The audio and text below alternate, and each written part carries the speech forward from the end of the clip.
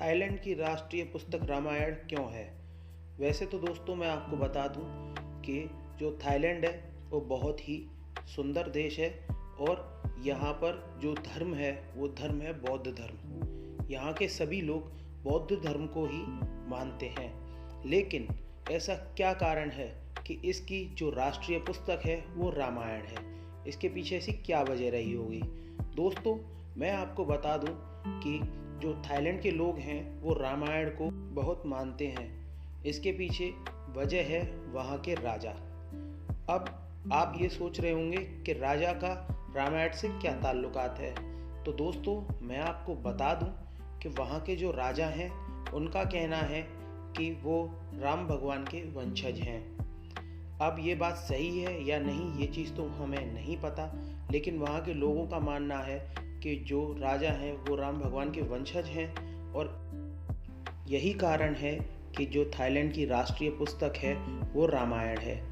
ये बात अगर आपको पहले नहीं पता था तो एक बार कमेंट बॉक्स में ज़रूर बताना। इंडोनेशिया के 20,000 के नोट पर गणेश जी की तस्वीर क्यों है? तो मैं आपको बता दूं कि इसके पीछे कारण बहुत ही सिंपल सा है। पहले तो ये जान लीजिए जो इंडोनेशिया है वो एक मुस्लिम देश है। यहाँ पर 87% लोग जो हैं वो मुस्लिम हैं। पर ऐसा क्या हुआ कि जहाँ पर जो नोट पर गणेश जी की तस्वीर है वो छापी जा रही है।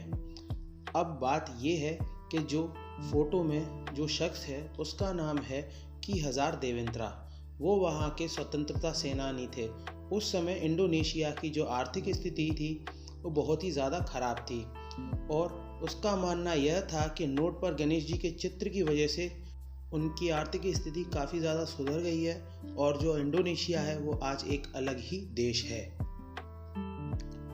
दोस्तों आप सैमसंग और मछली को एक साथ देखकर ये सोच रहे होंगे कि ये क्या मजाक है। तो मैं आपको बता दूं कि जब 1938 में साउथ कोरिया में सैमसंग कंपनी की शुरुआत हुई थी तब शुरू में सैमसंग कंपनी का क्या बिजनेस था। अगर आपको नहीं पता तो एक बार कमेंट बॉक्स में ज़रूर बताना।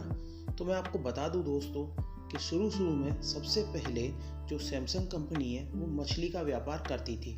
यानी कि जो मछलियां हैं वो ड्राई मछली को एक्सपोर्ट करने का काम करती थी। उसके बाद उसने नूडल्स और जो घरेलू सामान है उनका भी व्यापार करना शुरू कर दिया।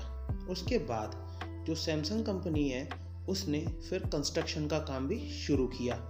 तब जाके सैमसंग कंपनी उसके बाद एक मोबाइल मैन्युफैक्चरिंग कंपनी बन गई और आज सैमसंग दुनिया की दूसरी सबसे बड़ी मोबाइल मैन्युफैक्चरिंग कंपनी है।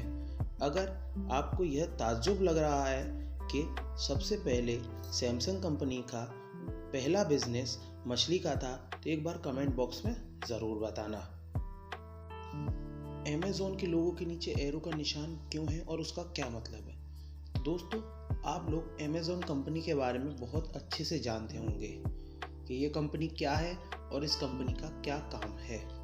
तो मैं आपको बता दूं कि आज अमेज़न वर्ल्ड की सबसे बड़ी कंपनी है और इसके जो सीईओ हैं फाउंडर हैं वो हैं जेफ बेजोस। जो अमेज़न कंपनी है वहाँ पर आपको ज़रूरत का हर सामान मिल जाएगा। आपको ये बात तो अच्छी तरह से पता होगी। और जो अमेज़न है वो आज के टाइम पे हर देश में फैली हुई है। यानी कि हर देश में अमेज़न की ब्रांच ज़रूर मिल जाएगी। तो मैं आपको बता रहा था कि जो अमेज़न के नीचे एरो का लोगो है उस लोगो का क्या मतलब है। अगर ये बात आपको नहीं पता तो चलिए मैं आपको बता देता हूँ कि जो अमेज़न के नीचे एरो का लोगो है उसका क्या मतलब है।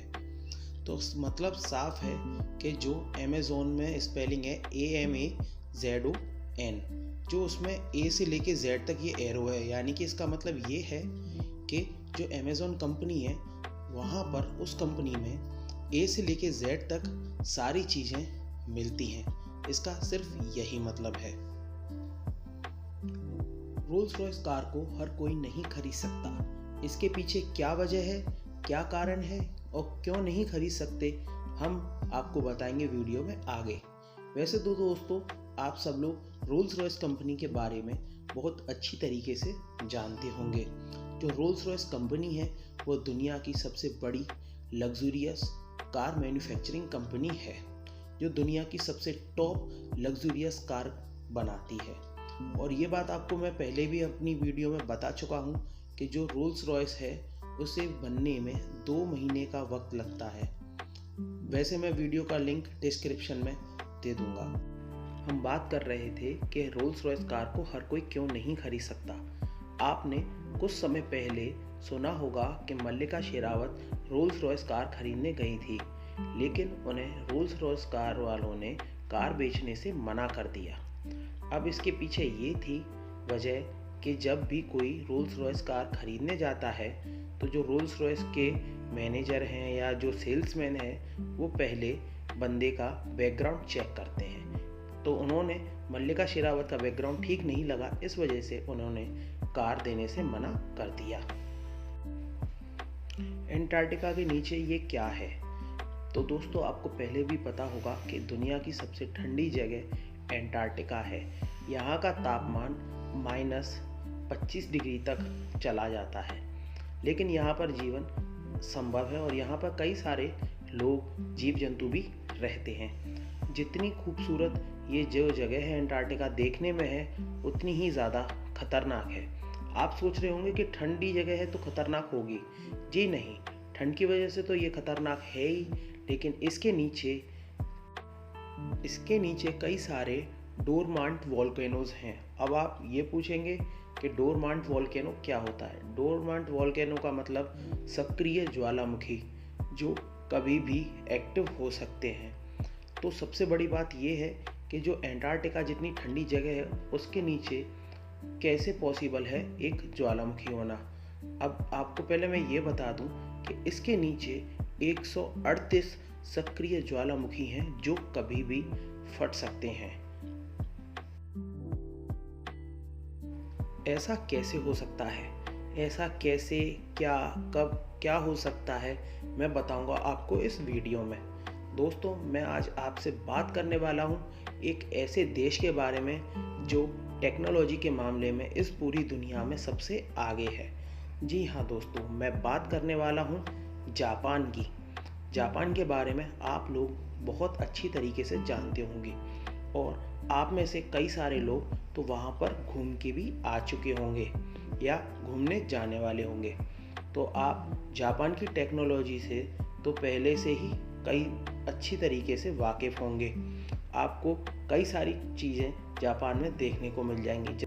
बुलेट ट्रेन जो जापान में बहुत ही आम है और बाकी देशों में बहुत मशहूर। मैं इसकी बात नहीं करने वाला, मैं बात करने वाला हूँ एक ऐसी चीज़ के बारे में जिसे पूरी दुनिया में लोग बाग चाय के साथ पढ़ना पसंद करते हैं, यानी कि न्यूज़पेपर की। अब आप ये सोच रहे होंगे कि मैं न्यूज़पेपर की बात क्यों कर रहा हूँ। दोस्तों इंडिया में और बाकी देशों में न्यूज़पेपर यूज़ करने के बाद उसे या तो डस्टबिन में फेंक दिया जाता है या उसे जला दिया जाता है या बाकी कामों में ले लिया जाता है। लेकिन जापान इकलौता ऐसा देश है जहाँ पर न्यूज़पेपर को पढ़ने के बाद ज़मीन में गाड़ दिया जाता है और उससे एक नया पेड़ उग जाता है।